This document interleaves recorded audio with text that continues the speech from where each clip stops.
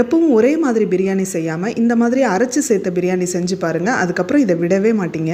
இப்போ ஒரு குக்கரில் ஒரு 2 ஸ்பூன் அளவுக்கு எண்ணெய் சேர்த்துட்டு 2 ஸ்பூன் அளவுக்கு நெய்யும் சேர்த்துட்டேன்.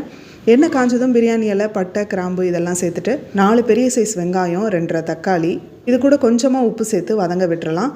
இது வதங்குற கேப்பில் நம்ம இதோட மசாலாவை ரெடி பண்ணிக்கலாம். மிக்ஸி ஜார் எடுத்துக்கோங்க. அதில் இஞ்சி, பூண்டு, 5-6 போல் சின்ன வெங்காயம், 1/2 தக்காளி, பெரிய வெங்காயமும் சேர்த்துக்கலாம். பட் சின்ன வெங்காயம் இன்னும் கொஞ்சம் டேஸ்ட் கொடுக்கும். இது கூடவே 2 பச்சை மிளகா, 1/2 ஸ்பூன் சோம்பு, 1/2 ஸ்பூன் மிளகு, 1/2 ஸ்பூன் ஜீரகம், ஒரு சின்ன துண்டு பட்டை, ஒரே ஒரு கிராம்பு. நீங்கள் விருப்பப்பட்டால் ஏலக்காயும் சேர்த்துக்கலாம். பட் எனக்கு ஸ்பைசஸ் இந்த அளவுக்கு போதும் அப்படிங்கிறதுனால நான் சேர்த்துக்கல. அப்படியே கொஞ்சம் மல்லித்தலை, புதினா, கூடவே கொஞ்சமாக மல்லித்தூளும் சேர்த்து அப்படியே அரைச்சி எடுத்துக்கலாம்.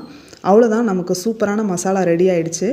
இப்போ தக்காளியும் வதங்கி வந்துருச்சு. இதில் 2 பச்சை மிளகாயை சேர்த்துட்டு நம்ம அரைச்சி வச்ச பேஸ்ட்டையும் இதில் சேர்த்துக்கலாம்.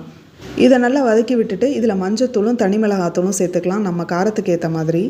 கூடவே 2 ஸ்பூன் தயிரும் சேர்த்து நல்லா வதங்கினதுக்கப்புறம் இதில் மட்டன் சேர்த்துக்கலாம். நான் இன்றைக்கி 1/4 கிலோ அளவுக்கு மட்டன் சேர்க்குறேன்.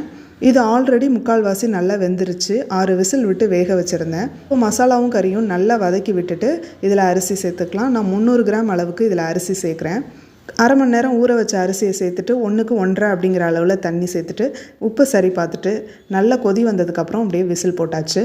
இப்போ ஒரு 3 விசில் விட்டுட்டு ஒரு 20 நிமிஷம் அப்படியே கேப் விட்டுட்டேன். தம் உடைக்கிறதுக்கு முன்னால் மேலே ஒரு 2 ஸ்பூன் நெய் விட்டுட்டேன். அவ்வளோதான், சூப்பரான பிரியாணி நமக்கு ரெடி ஆகிடுச்சு. திறக்கும் போதே ஒரு சூப்பரான ஸ்மெல்லு. எப்போ பிரியாணி செஞ்சாலும் நான் பிரியாணி மசாலா சேர்க்காமல் இருந்ததில்ல. இதுதான் ஃபஸ்ட் டைமே பிரியாணி மசாலான்னு எதுவுமே சேர்க்காதது. கண்டிப்பாக இதை ட்ரை பண்ணி பார்த்துட்டு எனக்கு கமெண்ட் பண்ணுங்கள். அவ்வளோதான், சூப்பராக சாப்பிட ரெடி ஆகிடுச்சு. சைட் டிஷ்ஷாக சிக்கன் கிரேவி தான் பண்ணியிருந்தேன். வேறு ஒரு வீடியோவில் பார்ப்போம். பாய்.